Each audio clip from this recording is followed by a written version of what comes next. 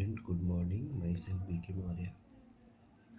Today we will be discussed about observation of Mendel monohybrid cross. In previous classes, we study what is Mendel monohybrid cross. Today we'll discuss observation of Mendel's monohybrid cross. Mendel ने अपने monohybrid cross में जो experiment किए थे monohybrid cross का, उसमें following postulate को observe किया था। ठीक है ना। उनका पहला ऑब्जर्वेशन ये देखने को मिला कि इन F1 जनरेशन में जितने भी इंडिविजुअल्स उनको प्राप्त हुए, वे सारे इंडिविजुअल्स में केवल only one parental trait appear हुए। तो हमें कह सकते हैं कि all individuals show only one parental trait इन F1 जनरेशन। तो पहला ऑब्जर्वेशन उन्होंने मोनोहाइब्रिड क्रॉस में क्या किया था कि ऑल, यहाँ पे हम लिख सकते हैं ऑल इंडिविजुअल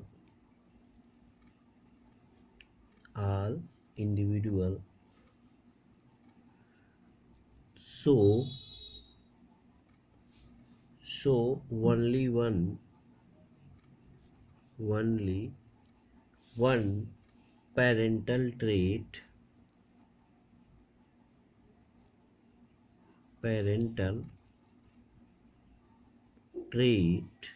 in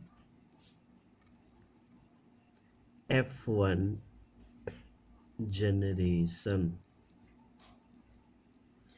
कहने का यहाँ पे मीन्स ये हुआ कि मेंडल ने सबसे पहले क्या ऑब्जर्व किया अपने मोनोहाइब्रिड क्लास में। उन्होंने ये देखा कि जितने भी इंडिविजुअल्स F1 जनरेशन में प्राप्त हो रहे हैं, अचीव हो रहे हैं, वो सारे इंडिविजुअल्स में केवल एक ही पेरेंट के कैरेक्टर अपीयर हो रहे हैं, दूसरे पेरेंट का कैरेक्टर अपीयर नहीं हो रहा है।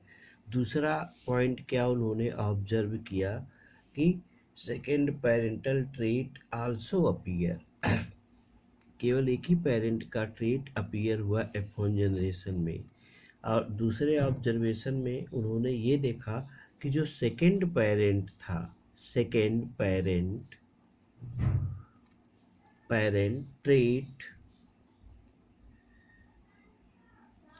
Trait also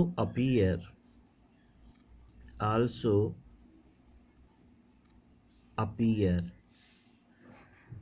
in F2 generation. यानी जो दूसरा ऑब्जर्वेशन उन्होंने किया, उसने ये देखा कि फर्स्ट जनरेशन में तो केवल एक ही पेरेंटल ट्रेट अपीयर हो रहे हैं, दूसरा नहीं अपीयर हो रहा है, लेकिन सेकेंड जनरेशन में जो दूसरा वाला ट्रेट फर्स्ट में नहीं अपीयर हुआ, वो सेकेंड जनरेशन में अपीयर हो जाता है। ठीक है। अब इसके अलावा भी उन्होंने ऑब्जर्व किया क्या कि जो इंडिविजुअल की सेल्फिंग होती है, ठीक है ना, जो इंडिविजुअल की सेल्फी होती है with recessive trait produce individual with recessive trait only. अगर रिसेसिव ट्रेट से अगर उनकी क्रॉस कराया जाता है उनको रिसेसिव ट्रेट से, ठीक है ना, उनकी यानी उनकी इंडिविजुअल की जो सेल्फिंग की जाती है वह रिसेसिव ट्रेट से प्रोड्यूस होती है, तो जो भी इंडिविजुअल्स होंगे वो रिसेसिव ही होंगे। तो हमें कह सकते हैं selfing of individual with recessive trait. Third observation में उन्होंने ये किया कि selfing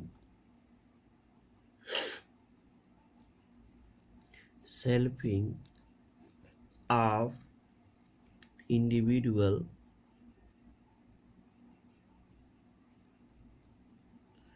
selfie of individual with recessive with recessive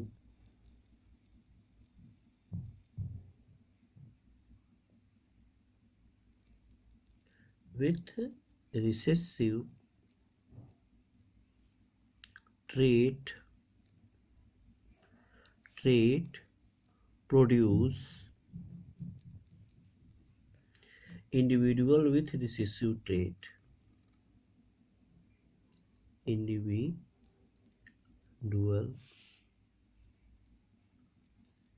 with recessive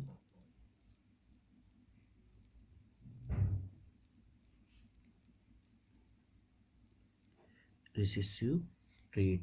अगर रिसेसिव ट्रेट के इंडिविजुअल से रिसेसिव ट्रेट में क्रॉस करवाया जाता है तो जो इंडिविजुअल ग्रेट होते हैं या प्राप्त होते हैं वो भी रिसेसिव होते हैं। और फोर्थ है इसका फोर्थ ऑब्जर्वेशन उन्होंने क्या किया कि but selfing in individual with dominant trait, अगर यही इंडिविजुअल की जो सेल्फिंग होती है डोमिनेंट ट्रेट के द्वारा होती है तो उसमें दो रिजल्ट शो होते हैं, ठीक है ना। Some individual produce dominant trait only while other produce individual with both trait, जबकि दूसरा डोमिनेंट और रिसेसिव दोनों देता है। यहाँ हम कह सकते हैं कि बाई सेल्फिंग इन इंडिविजुअल, यहाँ पे but selfing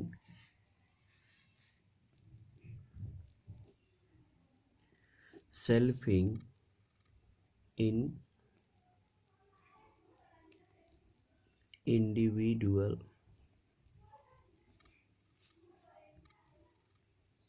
with dominant trait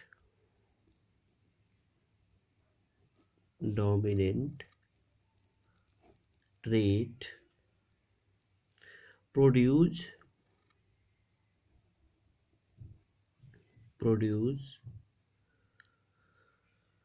individual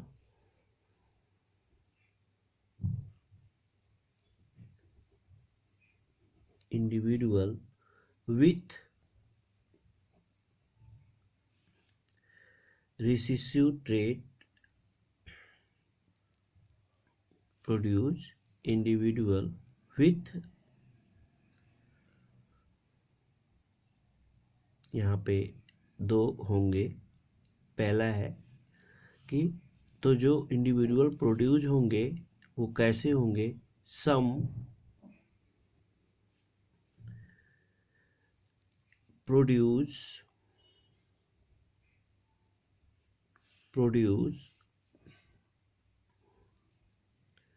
dominant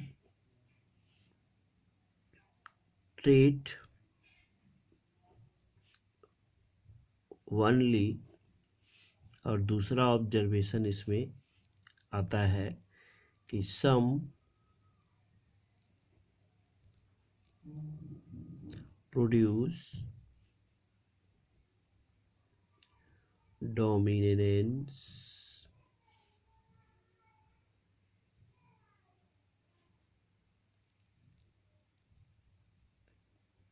and recessive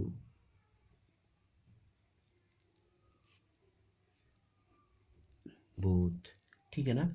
अब देखो फोर्थ पास्चुलेट या फोर्थ ऑब्जर्वेशन में मेंडल ने ये कहा था कि अगर किसी भी इंडिविजुअल का डोमिनेंट ट्रेट के साथ सेल्फिंग कराई जाती है तो दो प्रकार के रिजल्ट प्राप्त होते हैं।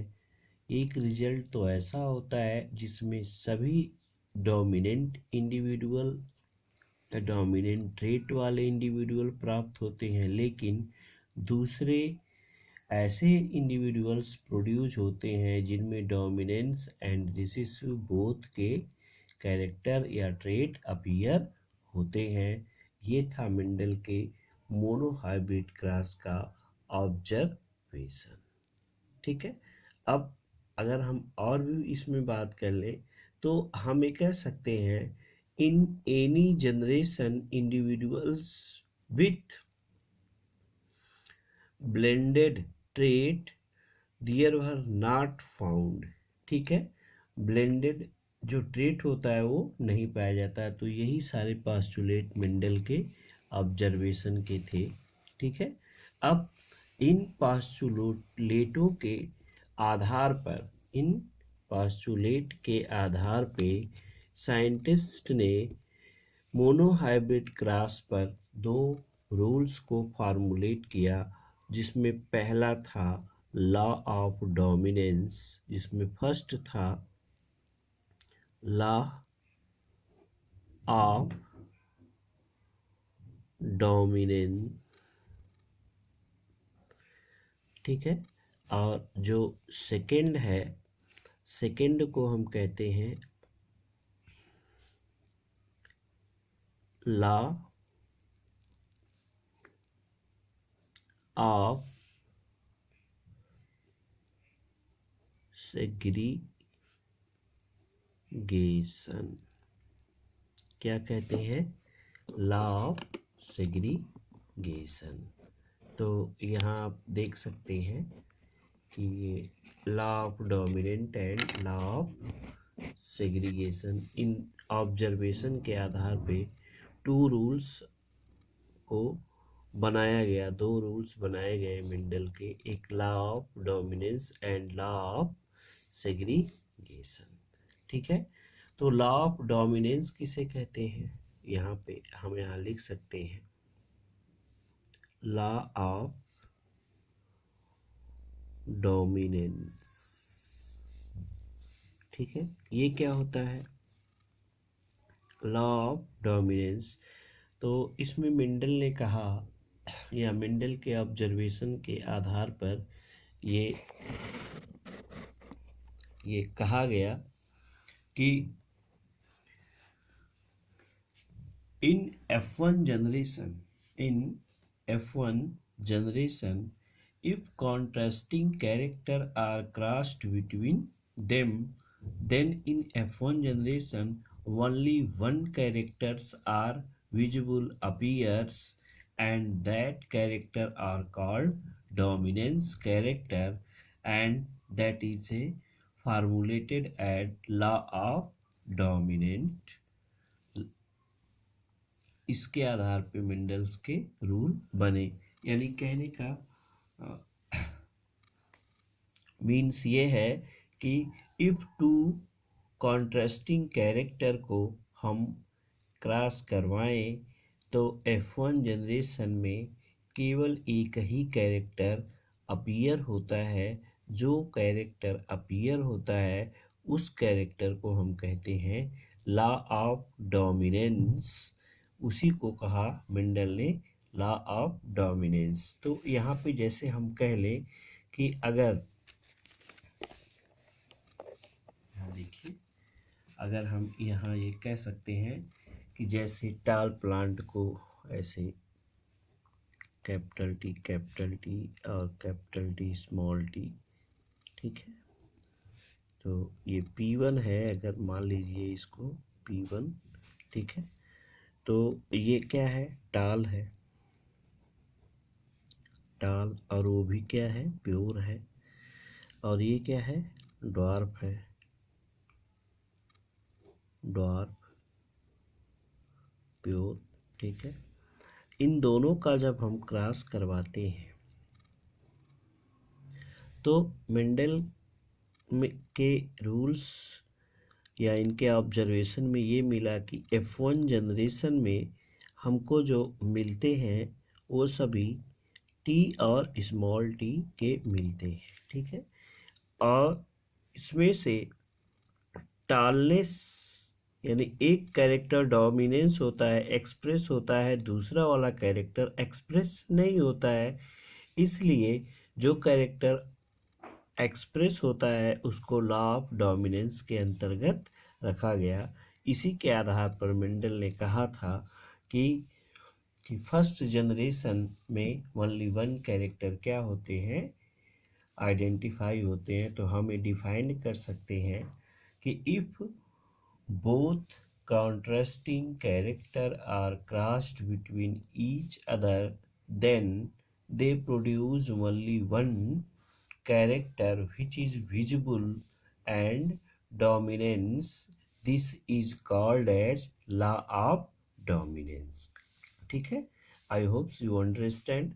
सेकेंड जो है आपका, सेकेंड जो है जिसको हम कहते हैं law of segregation.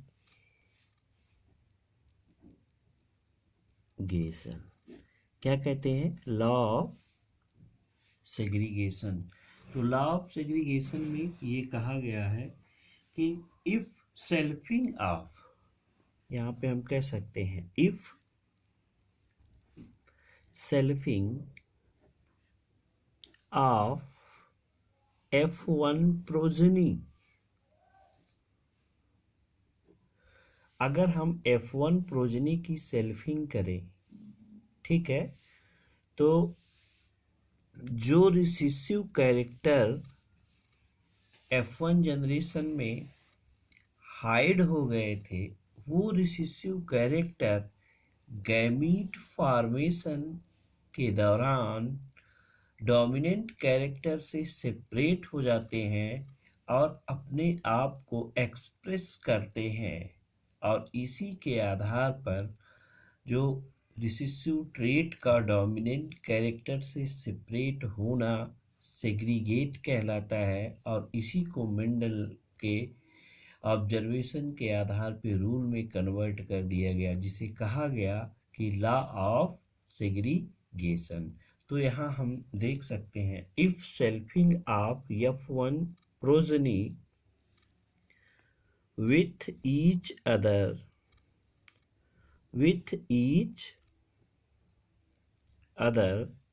then the recessive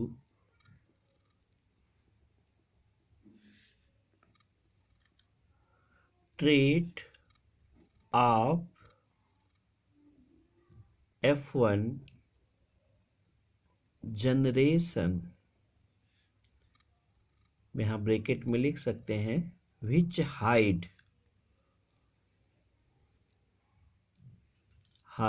in F1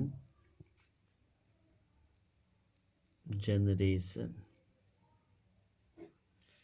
become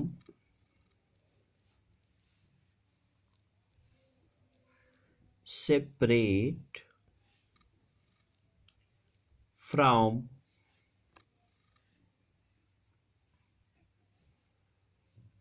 dominant trait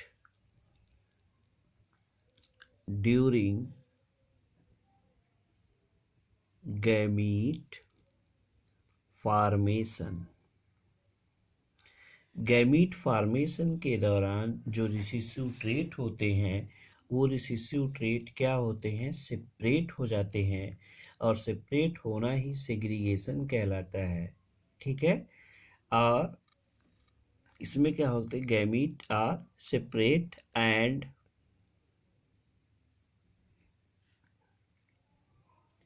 express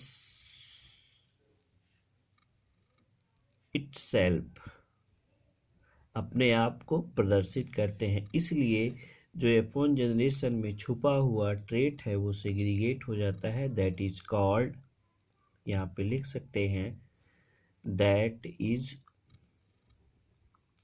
called law of segregation.